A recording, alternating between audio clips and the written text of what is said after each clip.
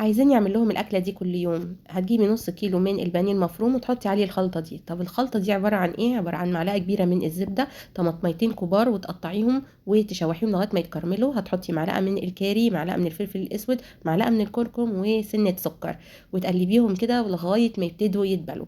أول ما يبتدوا يدبلوا هتحطي البصلاية وتشوحيها مع الكلام ده وتكون مفرومة، مع قرن فلفل شطة كده وتشوحي الكلام ده.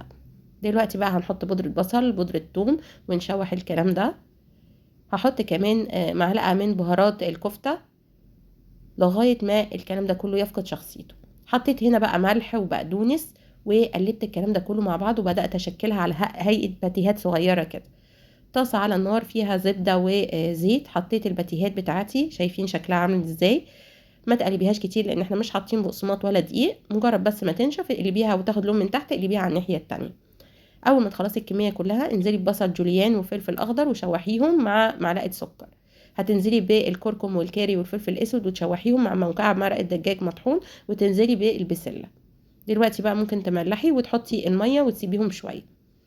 حطي كزبره خضراء في الاخر، واول ما خلاص البسله هتدخل في السوا حطي معاها بقى الكفته مع عصره ليمون وسيبيهم يستووا مع بعض. حطيتهم تحت الشوايه ياخدوا وش زي ما انتم شايفين كده، مع رشه بقدونس على الوش. بتتقدم مع رز ابيض، وبالف هنا وشفا عليكم.